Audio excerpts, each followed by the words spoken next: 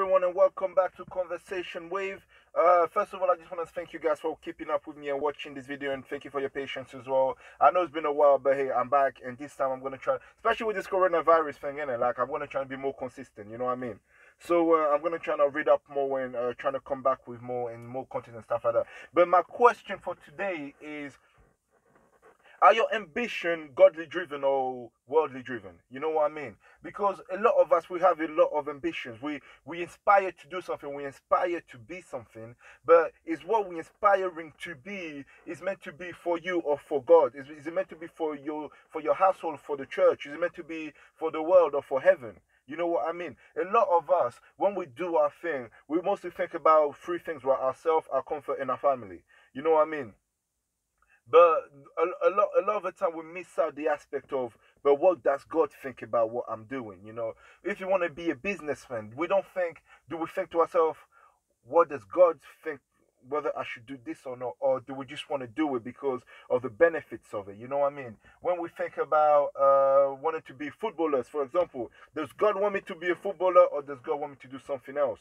Does God want me to reach the world through football, or does God want me to reach the world through something else? Because there's nothing wrong with being a footballer, but is it your destiny? Yeah, you may be good at it, but is it your destiny? And that's the question. That's the question I want to ask you. And the reason why this question came up is because of the story of Abimelech in Judges. You know, Abimelech was an ambitious man. You know, he wanted to be a king. And there's nothing wrong with wanting to be a king. You know, there's nothing wrong with wanting to be on top of the world. There's nothing wrong with wanting to be a leader. There's nothing wrong with wanting to be, the man. But what is wrong is how you go about it. You know, Abimelech killed 70 of his brothers. 70 of his brothers in order to attain what he wants to do. And a lot of us, we may not physically kill 70 of our brothers, but we spiritually kill people so that we can get ahead into the world. You know, as we all heard those kind of sayings. You know, this is a cutthroat business. You know, this is a tough world. It's basically called for, do whatever you can to make it to the top. Forget everyone else around you. Do whatever you can to make it to the top. And then when you're at the top, okay, now you worry about people behind you. But there's a lot of us on our way to the top, on our way to the mountain, on our way to reaching the peak of Everest. Yeah, we kill people below us, we kill people ahead of us, and by the time we get there, we look at ourselves in the mirror and we don't even recognize ourselves, because the person that started this journey is not the same person that ended the journey. You know what I mean? I mean, think of every ambitions you had in your life that was driven just for you.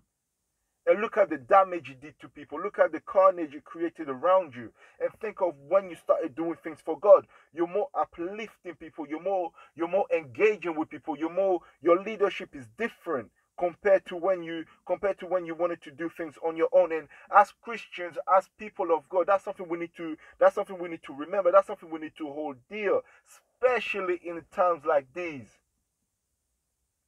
Especially in times where the people are telling you it's okay for you to be selfish, especially when people are telling you it's okay to sell your body in order for you to succeed. It's okay for you to abort your children in order for you to succeed. It's okay so long as you don't hurt anyone. But what about yourself? Are you hurting yourself? Are you hurting your pride? And by hurting yourself, I don't mean are you cutting yourself, or are you hurting yourself spiritually? How is you being a billionaire, or how is you being a millionaire gonna help you spiritually? How is you being the most popular person in all of England is gonna help you spiritually? You know what I mean? And as Christians, we have to think about those kind of questions. We cannot stand by thinking that the world can give me everything and let every single ounce of our beings die. That's why you see a lot of famous people just constantly abusing their bodies, constantly killing themselves, because it doesn't matter how much you get to the top if you don't have God in your life.